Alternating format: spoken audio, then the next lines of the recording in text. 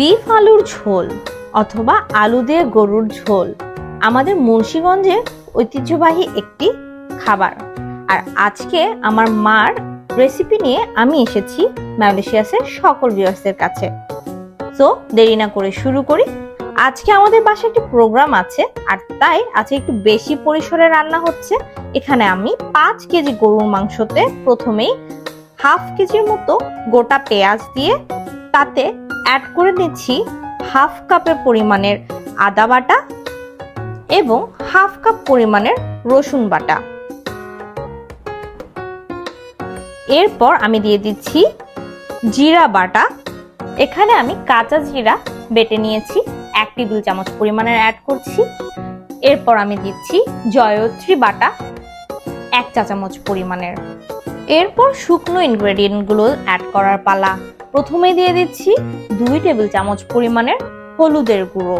এরপর দিয়ে দিব লাল মরিচের গুঁড়ো 2.5 টেবিল চামচ পরিমাণের। আপনারা যদি ঝাল একটু বেশি বা কম খেয়ে থাকেন তাহলে আপনারা আপনাদের স্বাদ মতো আর একটু বাড়িয়ে বা কমিয়ে নিতে পারেন। এরপর দিয়ে নিব ধনে গুঁড়ো। ধনে গুঁড়ো দিয়ে দিচ্ছি প্রায় 1 টেবিল চামচের থেকে আবার একটু কম। এরপর দিব লবণ স্বাদ মতো। আমার এখানে প্রথমে আমি 2 টেবিল চামচ পরিমাণের লবণ দিয়েছি, আপনারা আপনাদের লবণের স্বাদ বুঝে পরে আর একটু অ্যাড করে নেবেন।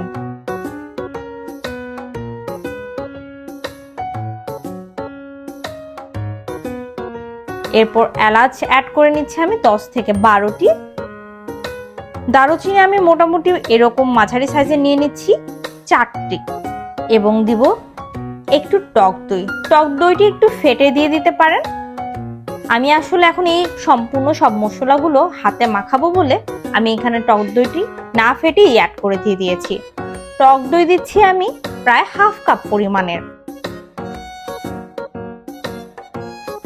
আর এখন দিয়ে দিচ্ছি আমি তেল।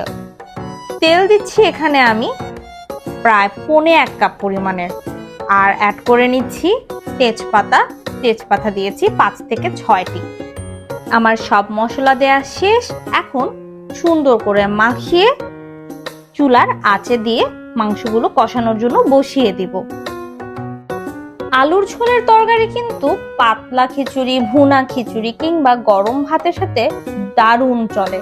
আজকে আমরা বাসায় করেছিলাম পাতলা খিচুড়ি। সেই রেসিপিটি আমি আমার পরবর্তী ব্লগে অবশ্যই আপনাদের সাথে শেয়ার করব। আর এদিকে আমার মাংসটি কষানোর জন্য ঢেকে দেওয়ার প্রায় 30 থেকে 40 মিনিট পর মাংস কষে গেছে। আমার কাছে মনে হয়েছিল আর একটু তেল লাগবে, সো তেল অ্যাড করে দিলাম। আর এরপর আমি তাতে প্রায় 250 গ্রামের থেকে আর একটু বেশি আলু অ্যাড করে দিলাম। আর এরপর মেইন ইনগ্রেডিয়েন্ট দিয়ে দিতে হবে ঝোল।